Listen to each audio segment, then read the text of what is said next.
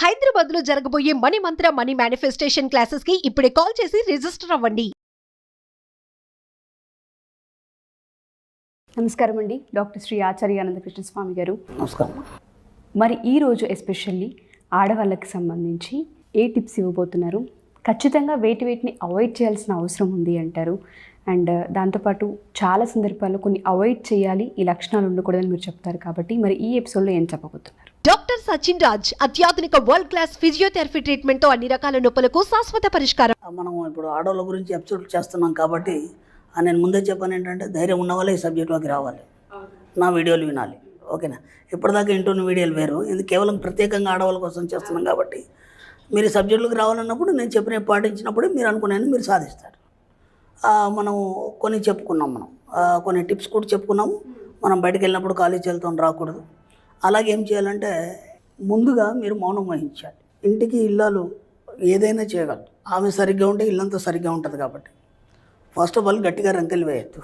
ఆ పిల్లాడు ఉన్నాడు, ఏనన్నా ఇలా రా అన్నది వేరు, గట్టిగా రైట్ అని అరవడం వేరు. ఓకేనా? ఎప్పటిదాకా మనం ఎన్నో విసిగిస్తారు పిల్లలు.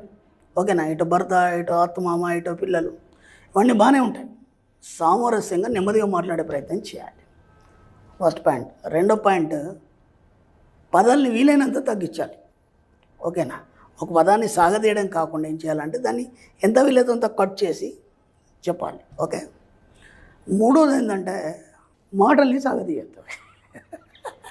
నేనేం అడిగానంటే, తిన్నారా అని అడిగాను, తిన్నాను, అంతే. మనం ఏం చేస్తామంటే, అంటే ఏదో ఒకటి మాటలు సాగదీయడానికి అది సహజమైనటువంటి అలవాటు.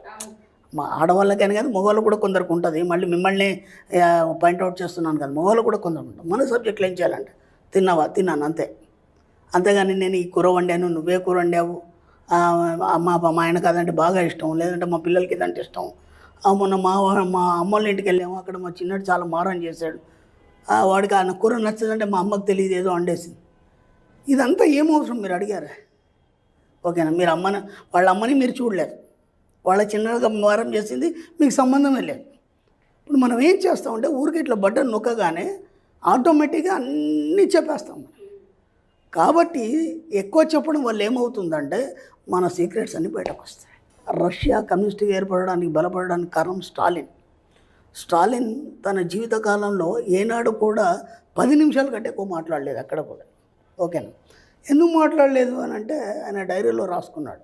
మనం ఎక్కువ మాట్లాడడం వల్ల మన రహస్యాలు మనకు తెలియకుండానే అందరికీ చెప్పేస్తాం. ఇప్పుడు ఏమైపోయింది, మీరు పలానా రోజు మీ అమ్మల ఇంటికి పోయినట్టు తెలిసింది. ఓకేనా? మీ అమ్మ ఏదో కూర వండినట్టు తెలిసింది. అప్పుడు మీ చిన్నోడు మారాన్ చేసినట్టు తెలిసింది. తిన్నారంటే సరిపోయింది కదా.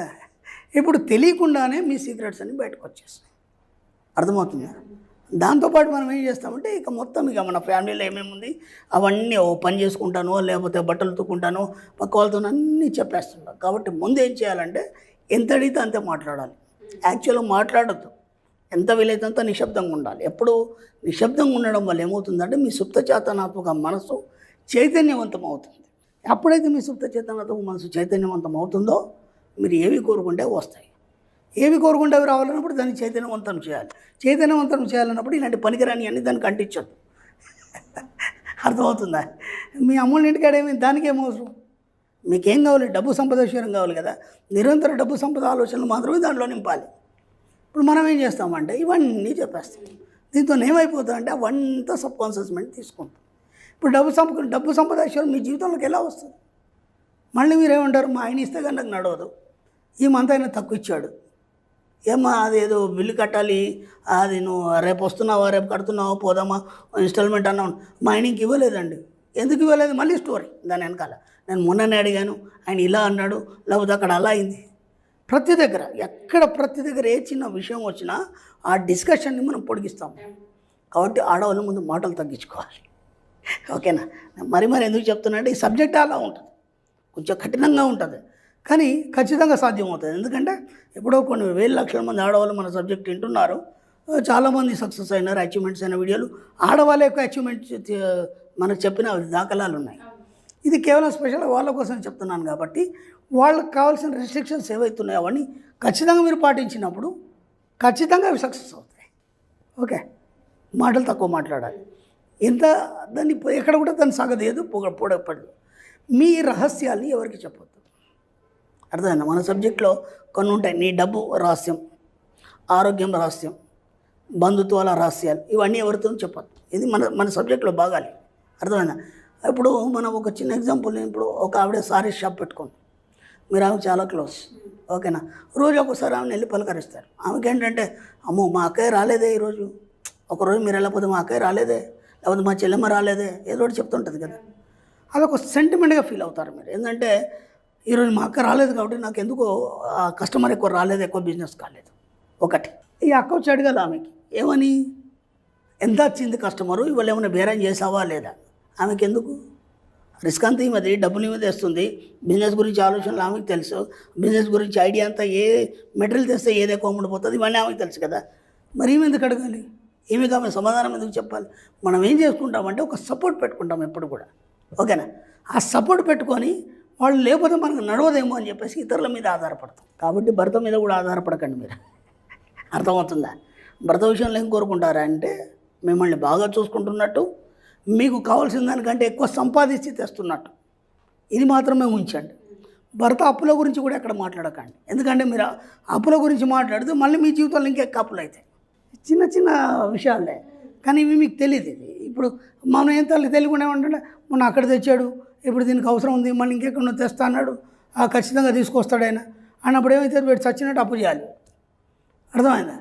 మా ఆయన ఎలా అయినా తీసుకొస్తాడు, ఆ సమయాన్ని కట్టేస్తాడని నేను అఫర్మేషన్ చేయాలి ప్రతిదీ కూడా. అర్థమవుతుందా? సమయంలోపు మన సబ్జెక్ట్లో ఒక వాక్యం చెప్పుకున్నాం, సమయంలోపు అన్ని రకాల బిల్లులు, అన్ని రకాల డబ్బులు చెల్లించినందుకు విశ్వానికి కృతజ్ఞతలు. ఇక మీకు ఎక్కడ కూడా పెండింగ్ పడదు, ఏ బిల్లు కూడా పెండింగ్ పడదు. అర్థమైందా? ఈ అఫర్మేషన్ చేసినప్పుడు ఆయనకి ఎక్కడి నుంచో డబ్బులు వస్తాయి, లేదంటే పనిచేసే దగ్గరనే ఈయన ఓటీ చేసి కానీ, లేకపోతే ఇంకేదో రకంగా ఇతను పనిచేసే దానికి అప్రిషియేట్ చేస్తూ అక్కడ షాల్డర్ పెంచడం కానీ, దానివల్ల ఏమైపోతుంది, మీ సమస్యలన్నీ తీరిపోతాయి. ఓకే, ఒకటే ఎక్కువ మాట్లాడద్దు, సాగదీయద్దు, మీ రహస్యాలు చెప్పద్దు. ఈ 3 పట్ల చాలా జాగ్రత్త ఉండాలి, ఓకేనా? ఎవరి మీద ఆధారపడదు. అర్థమైందా? ఇప్పుడు మీరు కానీ, లేకపోతే మిమ్మల్ని కానీ ఎవరైనా మీ బంధువులు కావచ్చు, లేకపోతే దగ్గర వాళ్ళు కావచ్చు, అండ్ ఒక ఫ్రెండ్ కావచ్చు, ఇందాక చెప్పుకున్న అక్క చెల్లి ఏదైనా కావచ్చు, వచ్చి రోజు సాయంత్రం ఆమె షాప్ క్లోజ్ చేసుకుని, లేకపోతే ఆమె పని అయిపోయిన తర్వాత మీ దగ్గరకు వచ్చేసిన తర్వాత ఇద్దరేదో కబుర్లు చెప్పుకొని ఈ షాప్ క్లోజ్ చేసుకొని మాట్లాడుకొని ఇంటి దాకా వెళ్ళిపోతారు. అప్పుడు ఏమైతే ఇవాళ ఎంత అయింది బేరం అని అడుగుతుంది కదా ఆమె. పొరపాటున మీ జీవితంలో మీరు కూడా మీ స్నేహితులకు కానీ, లేకపోతే ఫ్రెండ్స్కి కానీ ఎవరైనా సరే ఎంతైంది బేరం అని అడగకండి, ఓకేనా? ఎక్కడ కూడా అడగద్దు, మీరు చెప్పద్దు కూడా. అర్థమైందా? అడగద్దు, చెప్పద్దు. చెప్పినంత మాత్రాన తక్కువైతే ఆమె ఇవ్వదు కదా, ఎక్కువైతే ఆమె తీసుకోదు కదా.